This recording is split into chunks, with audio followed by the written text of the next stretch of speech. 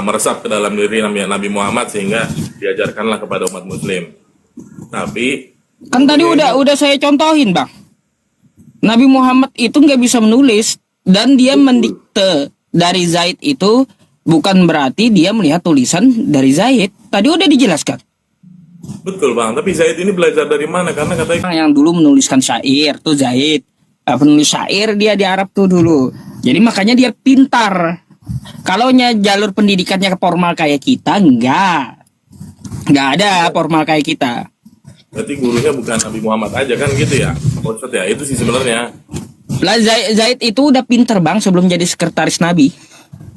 Oh, berarti sebelum dengan Nabi Muhammad, jadi Zaid itu sudah bisa menulis, sudah bisa membaca, Iya. sudah bisa menulis syair.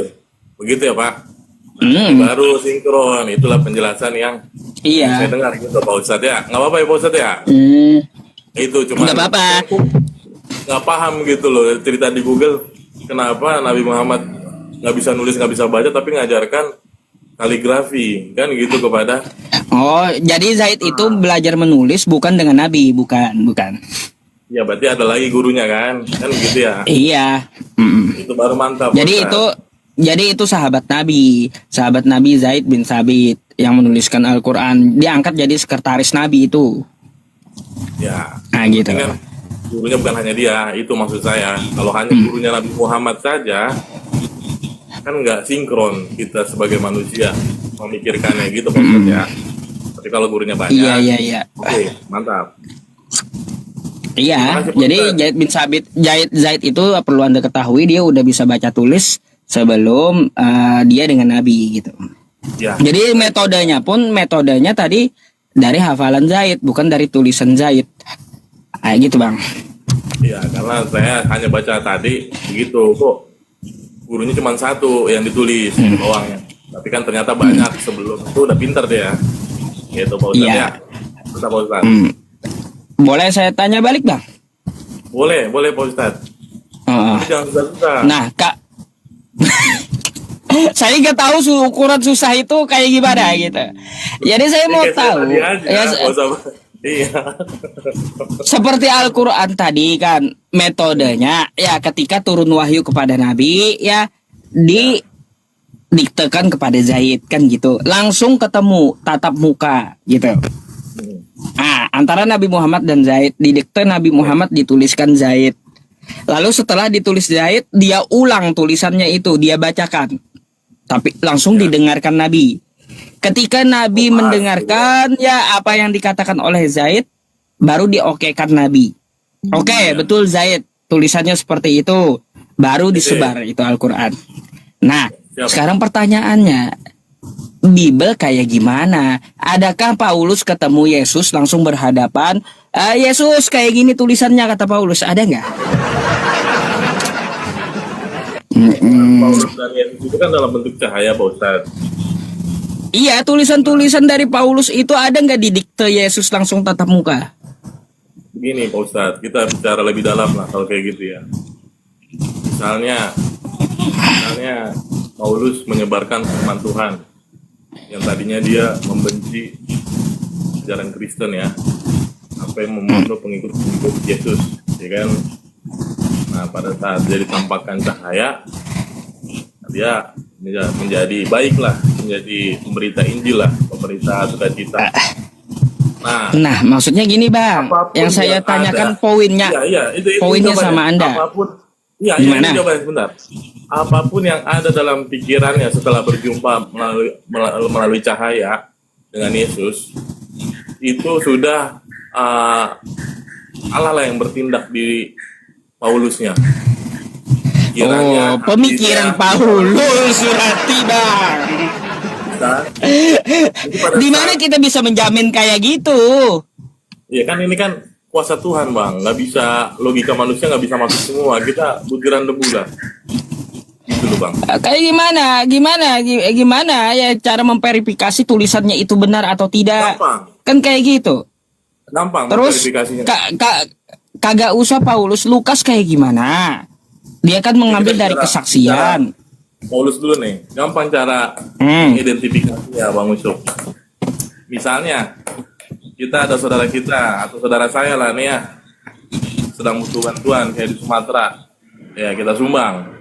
Itu kan kalau kita jahat kan bisa aja kita nggak sumbang, padahal kita ada misalnya beberapa titipan Tuhan kan, akhirnya kita sumbang. Itu kan suatu hal yang bukannya berdasarkan diri sendiri, tapi semoga inilah menjadi bantuan buat mereka. Seperti itu Pak Ustadz, sama seperti Paulus seperti itu, memverifikasinya atau mengidentifikasinya. Jadi baiklah dia, jadi baiknya dia itu karena berkat Tuhan, anugerah Tuhan. Kalau dia kurang ngerti bang, jahat, serius saya kurang ngerti kayak gimana dengan bantuan bencana kau dengan Paulus gitu. Gini lah bang, Pak Yusuf pernah bantu saudaranya? Ya pernah. Pernah. Bisa nggak Pak Yusuf pada saat bantu saudaranya nggak bantu? Gimana? Bisa nggak pada saat Pak Yusuf bantu saudaranya, Pak Yusuf batal bantu atau nggak bantu? Tidak jadi bantu lah. Bisa nggak kayak gitu? Tidak jadi bantu karena keperluan saya, ya bisa. Bukan. Kan Pak Yusuf pernah membantu saudaranya. Oke.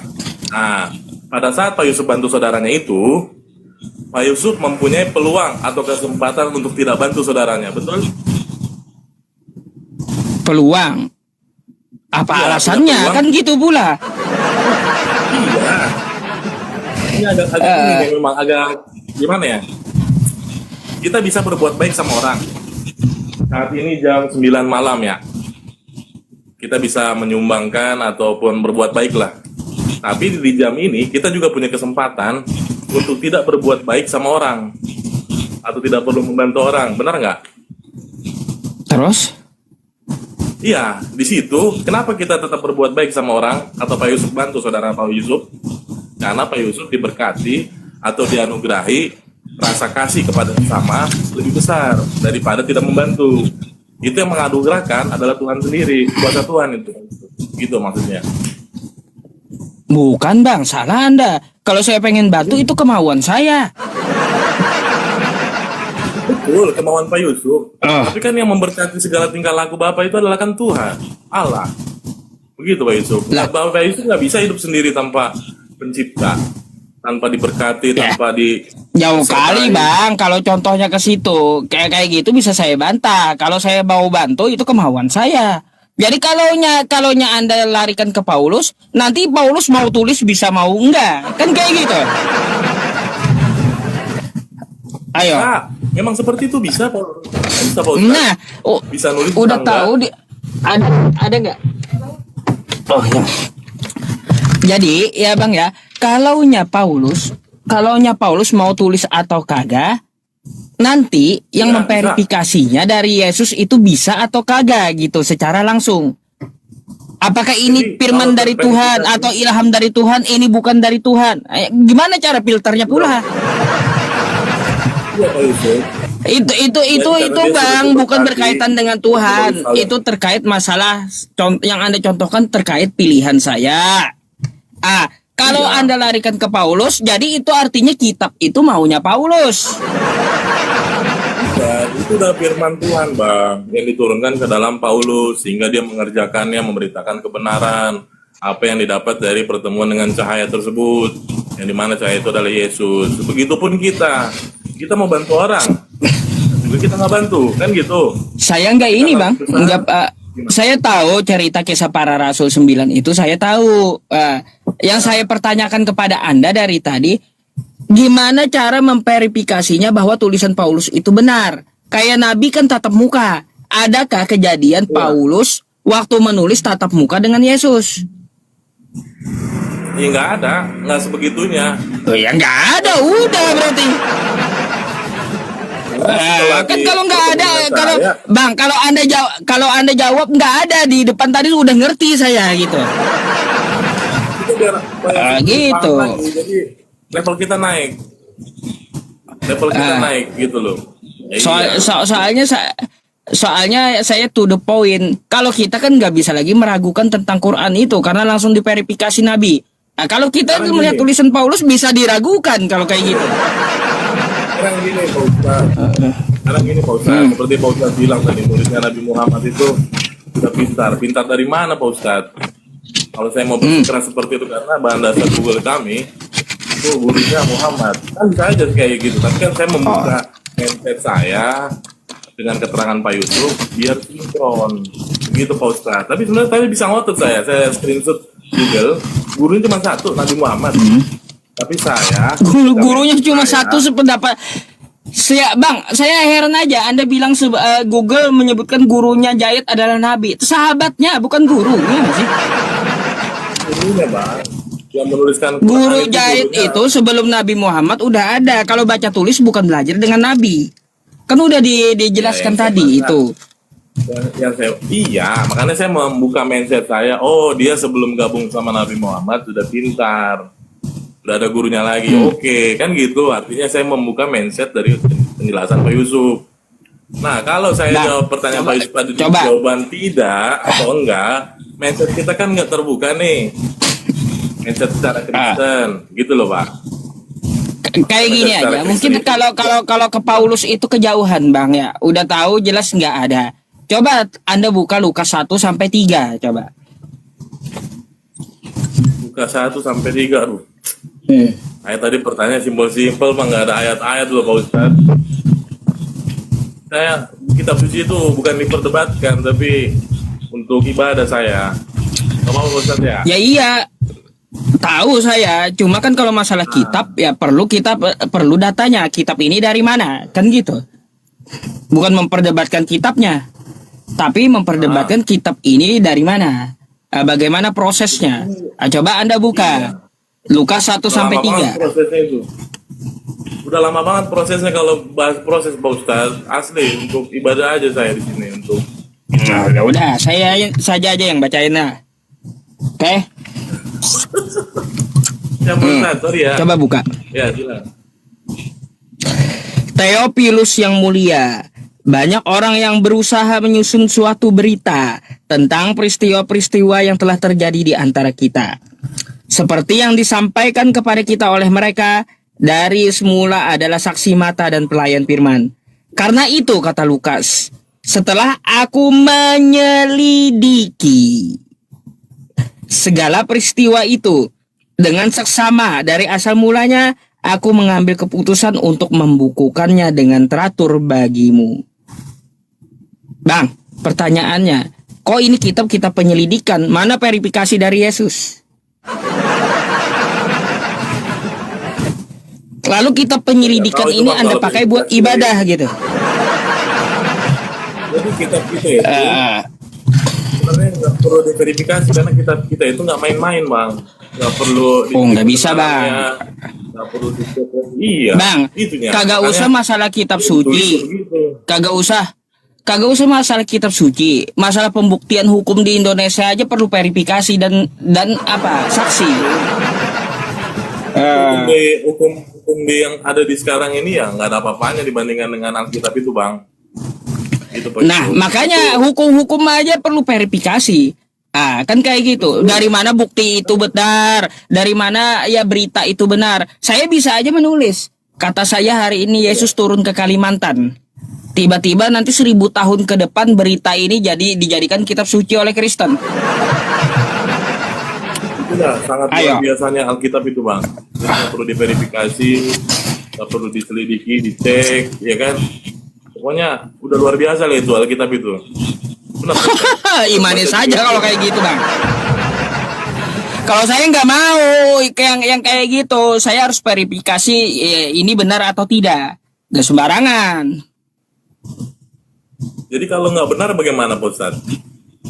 Karena tahu itu. Makanya ada cerita Nabi yang tidak benar. Kami namakan hadis maudhu namanya. Nggak kami pakai, haram dipakai. Iya, tapi dari kami, saya juga nggak tahu kalau nggak benar itu bagaimana caranya mengidentifikasi itu tidak benar. Apa yang tidak benar itu Pak Ustadz? Ini Bang, nih ya perbedaan kita artinya kayak gini. Di Kristen itu nggak ada ilmu sanad. Itu aja, makanya nggak bisa ngecek. Kalau di Islam, iya makanya kalau di Islam ada namanya ilmu sanad. Gitu. Atau di Islam, kenapa bisa ngecek hadis-hadis? Kenapa bisa ngecek hadis-hadis? Karena ada ilmu sanad, gitu. Nah, di Kristen nggak ada, makanya nggak bisa dicek lagi. Makanya kan hadis itu haddatsana Abu Hurairah, terus haddatsana Aisyah dari siapa, dari siapa, dari siapa, dari siapa kan. Terbukti nggak betul. Backgroundnya Aisyah ini kayak gimana, Abu Hurairah ini kayak gimana, terus yang sahabat yang lain ini kayak gimana. Pernahkah dia berdusta? Bagaimana kesehariannya? Pernahkah meninggalkan sholat atau menunda sholat? Itu jadi penilaian kami gitu loh bang. Itu namanya ilmu sanad. Makanya kan di dalam Islam itu al isnad minad din. Sanad itu bagian dari agama. Walau lal isnad, apabila dia tidak bersanad, laqala man syaa ma syaa, maka dia akan ngomong seenak udelnya tentang agama Islam ini. Gitu bang. Mantap Pak Ustadz. Kalau di kami nggak ada Itu aja sih perbedaan kita. Nah, kalau di kami itu udah paling luar biasa kitab itu Pak Ustadz, buku itu. Jadi itu cara verifikasinya. Ada lagi bang? Iya. Mungkin kalau nggak ada lagi saya naikin Kristen yang lain lagi gitu. Terima kasih Bang. Sementara itu dulu Bang. Saya mau Sama-sama. Thank you ya bang ya. Salam. Oke, makasih bang Marbun ya. Selamat malam.